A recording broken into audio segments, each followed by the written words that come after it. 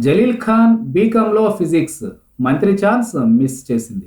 పెద్దోళ్ల మాటలు సద్దన్నం మూటలని ఊరికే చెప్పలేదు. కాలు జారినా పర్లేదు కానీ నోరు మాత్రం జారొద్దంటూ చెప్పిన మాటల్ని రాజకీయ నేతలు పూర్తిగా మర్చిపోయి చాలా కాలమే అయింది.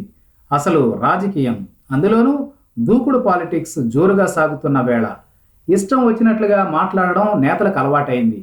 తామేం మాట్లాడుతున్నామో ఆ మాటల ప్రభావం భవిష్యత్తు మీద ఎంతలా ఉంటుందన్న విషయాన్ని అస్సలు పట్టించుకోకుండా మాట్లాడే మాటలు మంత్రి అయ్యే అవకాశాన్ని మిస్ అయ్యే ఉదంతం తాజాగా చోటు చేసుకుంది. గతంలో కొద్ది మందికి మాత్రమే తెలిసిన ఏపీ టీడీపీ ఎమ్మెల్యే జలీల్ ఖాన్ ఒక ఇంటర్వ్యూలో తెలుగు వారికే కాదు చాలా మందికి సుపరిచితులుగా మారిపోయారు. అయ్యగారు ఇచ్చిన ఒక ఇంటర్వ్యూలో ఆయన గారి మేధోతనం సినిమాల్లో జోకులేసుకునే వరకు వెళ్ళిందంటే ఆయన ఇమేజ్ ఎంతలా డ్యామేజ్ అయిందో ఇట్టే అర్థం చేసుకోవచ్చు.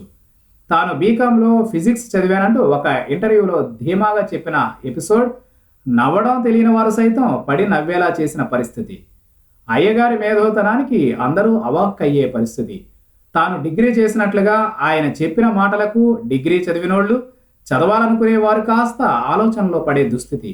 వైఎస్ఆర్ కాంగ్రెస్ పార్టీ నుంచి అడ్డదిడ్డంగా జంపై అధికార టీడీపీలో చేరిన జలీల్ ఖాన్ మంత్రివర్గ విస్తరణలో మంత్రి పదవి మీద కన్నేశారు. జగన్కు హ్యాండ్ ఇచ్చి పార్టీలో చేరిన దానికి ప్రతిఫలంగా చంద్రబాబు ఆయనకు మంత్రి పదవిని కట్టబెట్టాలనుకున్నారు కూడా. అయితే మధ్యలో బయటకు వచ్చిన పాడు ఇంటర్వ్యూ ఆయన లక్ను పూర్తిగా మార్చేసింది. బీకాంలో ఫిజిక్స్ ఎమ్మెల్యేగా ఫేమస్ అయిన జలీల్ ఖాన్కు కాని మంత్రివర్గంలో చోటు ఇస్తే పార్టీ పరువు పక్కనే ఉన్న కృష్ణానదిలో కలిసిపోతుందన్న భయంతో చంద్రబాబు ఆయన పేరును విస్తరణ లిస్టులో నుంచి డిలీట్ చేసినట్టు చెబుతున్నారు. అదే సమయంలో మైనార్టీ కోటను భర్తీ చేసేందుకు ఇటీవల కాంగ్రెస్ నుంచి టీడీపీలో చేరిన మహమ్మద్ జానీకి మంత్రి పదవి ఇవ్వాలని డిసైడ్ చేసినట్లు తెలుస్తోంది. ఒక్క ఇంటర్వ్యూ జలీల్ ఖాన్ తలరాతను పూర్తిగా మార్చివేసిందని చెప్పక తప్పదు.